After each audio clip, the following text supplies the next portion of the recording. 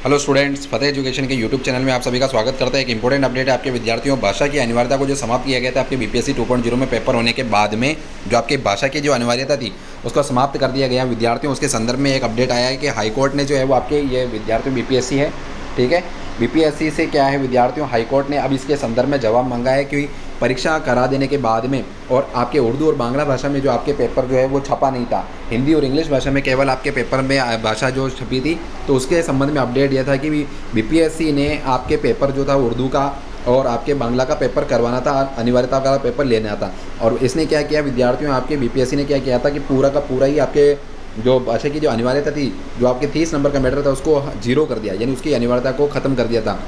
तो इसी के संदर्भ में क्या हुआ कि विद्यार्थियों, बहुत सारे विद्यार्थियों को क्या था कि बहुत ज़्यादा अच्छे नंबर थे और भाषा के अंदर, और वो क्या कर रहे थे, अच्छे से क्वालिफाई कर रहे थे। और बहुत से लोगों के क्या है कि अनिवार्यता ही पास नहीं हो रही थी, वो क्वालिफाई नहीं कर पा रहे थे।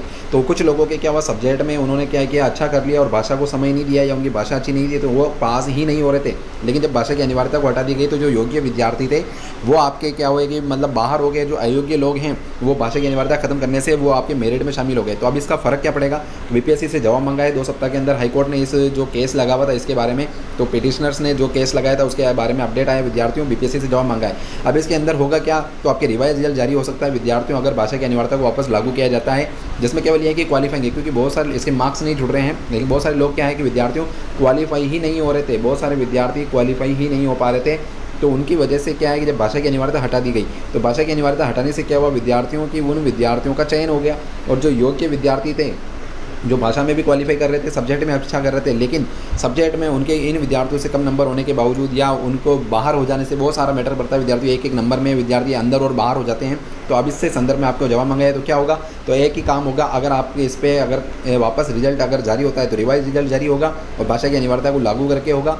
और इसी के कारण बहुत सारे विद्यार्थी क्या है कि डिसक्वालीफाई हो जाएंगे। जो लोग भाषा क्वालिफाई नहीं कर रहे हैं वो डिसक्वालीफाई हो जाएंगे और वो बाहर होंगे। और क्या होगा, आपके नई मेरिट का निर्माण होगा।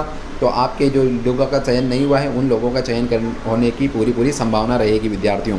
और क्या हो सकता है, तो अभी जैसे आप कहेंगे ऐसा नहीं हो सकता, तो विद्यार्थियों बंगाल में क्या हुआ, बंगाल की न्यूज़ आप देखिए, 26,000 की भर्ती को रद्द कर दिया गया पूरे लगभग 8 साल के बाद में। जब जांच हुई, जब हाईकोर्ट ने फैसला दिया, तो हाईकोर्ट ने क्या, सुप्रीम कोर्ट ने तो क्या, हाईकोर्ट ने ही उसकी भर्ती को रद्द कर दिया था विद्यार्थियों। और 26,000 विद्यार्थियों की नौकरी खतरे में आ गई। और इनको और क्या कहा, पूरा पेमेंट वापस लौटाने की बात कही विद्यार्थियों। ऐसा नहीं है कि आप सोचोगे कि ज्वाइनिंग होने के बाद में ऐसा नहीं होता है, तो बिल्कुल हटाया जा सकता है विद्यार्थियों। और हमारे द्वारा नाम मात्र के शुल्क में जो टेस्ट सीरीज आपको 5 रुपये में हमारे सर्वर चार्ज पर हमने test series BPSC part B की और साइंस की टेस्ट सीरीज, साइंस का फुल कोर्स लगभग बहुत ही मिनिमम प्राइस में और 5 रुपये में आपको टेस्ट सीरीज देने का प्रयास किया विद्यार्थियों।